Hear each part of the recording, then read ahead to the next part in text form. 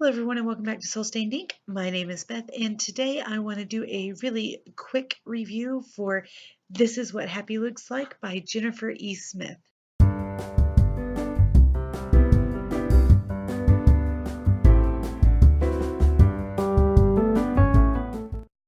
So, before I talk about the characters, the writing style, the storyline, any of that, can we just take a second to appreciate the beauty that is this cover? I mean, really, it reminds me of like summer camp mixed with The Little Mermaid, that scene where they're singing Kiss the Girl and Eric and Ariel are in the canoe and they're just, yeah, this doesn't happen in the book, just in case you're wondering. Like, I don't think there's any time where they're in like a tiny canoe, but it makes for a really, really good cover. And I absolutely love this look. It's all gray and black and then has bright yellow, and it looks really cool. And it's absolutely beautiful. So, let me tell you a little bit about the book before I talk about anything else. Basically, at the beginning of the book, the male lead, whose name is Graham, mistypes an email address and it winds up going to Ellie instead of to his pet sitter. And so he is in California and Ellie is in Maine. And she kind of sends him back this email that says, I think you should check, make sure you write the correct email address because I'm not there. I'm not going to come take care of your pig. I don't know what's going on. And they start talking. They start emailing each other. Um, they don't seem to move on to texting or IMing or anything. They're just emailing each other, which I think is really cute. At the beginning of every chapter, there are bits and pieces. Like, this is the beginning of the book. It's a set of their emails, and then it has at the beginning of every chapter an email from one or both of them. And I really enjoyed that. And then as we move on through the story, Graham finds a way to show up in Maine and meet Ellie.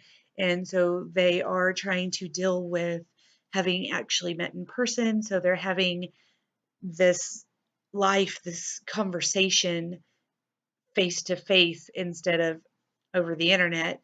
And that's a big change. And both of them are very different people uh, than what they portray. And so one of them is hiding a big secret, and one of them wasn't really hiding a secret, but just didn't quite tell the whole truth about themselves over the emails. And, that all has to come into play. It's a very cute story. It's a very cute premise. Ellie has a fight with her best friend, and I've heard people talk about how Ellie and Quinn's fight just doesn't make sense, and it should have been fixed earlier. And to those people, I say, do you not remember being a teenage girl? Because they're 16, 17 years old. It's not like this is 20 and 30 something women having a tiff and then a week or two later going, okay, I miss my friend because life sucks.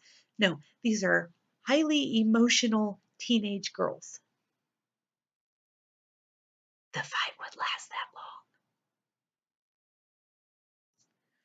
I mean, I don't know what you want me to say. I think that was actually done really realistically.